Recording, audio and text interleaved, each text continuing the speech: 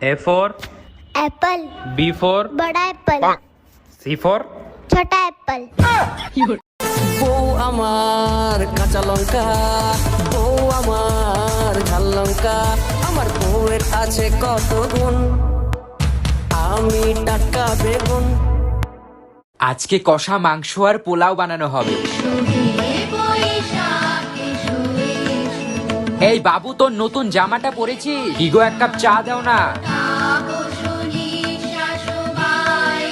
Hello রাজুদা, শুভ নববর্ষ। মিষ্টির বাক্সটা কিন্তু মনে করে পাঠিয়ে দেবে। এক কাপ চা দিয়ে যাও না। এই বাবু, আজকে কিন্তু বই পড়তে বসবি, তাহলে সারা বছর পড়ায় মন বসবে। আজকের মাংসটা যা হয়েছে। এই দাদু ঠাম্মাকে প্রণাম করে আয় যা, এক কাপ চা। আচ্ছা বলুন তো দিদি, রবীন্দ্রনাথ ঠাকুর নোবেল কেন পেয়েছিলেন? এটা কোন বাঙালি জানে না?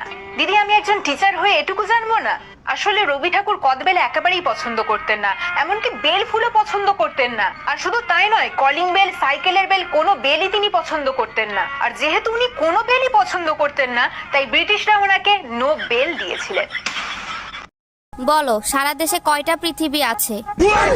ও সরি, সারা পৃথিবীতে কয়টা দেশ আছে?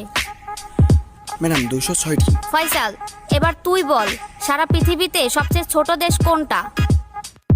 পৃথিবীতে সব থেকে ছোট দেশ ম্যাডাম সন্দেশ।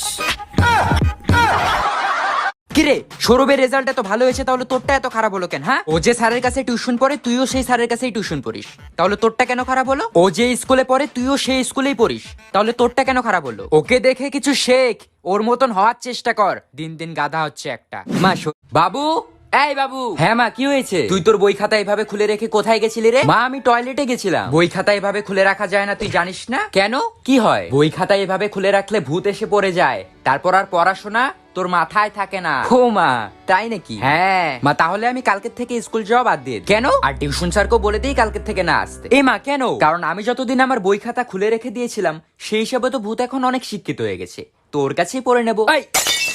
ভাই বলতো আলো আলো, তোর বউ কালো, ইয়ে। ভাই বলতো কাচের বাটি কাচের বাটি, তোর বিয়েতে আমি সাঁতার কাটি, ইয়ে। ভাই বলতো থিরি থিরি, তুই খাস বিড়ি, ইয়ে। ভাই বলতো গামছা। না, আমি বলবো না। ভাই বল না। না, আমি বলবো না। আরে ভাই বল না। গামছা। কাঁচা হাগু খামসা, ইয়ে। মামা, ফুচকা তো ভালো হয়েছে, কিন্তু ওয়াশরুম থেকে এসে কি ভালো করে হাত ধোন? দেহে না পা, আমাগো কাজ থাকে সারাদিন জাল আর লাল মরিচ লইয়া, তো বাথরুম থেকে আসার পরে হাত ধুই কিনা জানি না, তবে বাথরুমে যাওয়ার সময় অবশ্যই হাতটা ধুইয়া যায় সাবান দিয়া।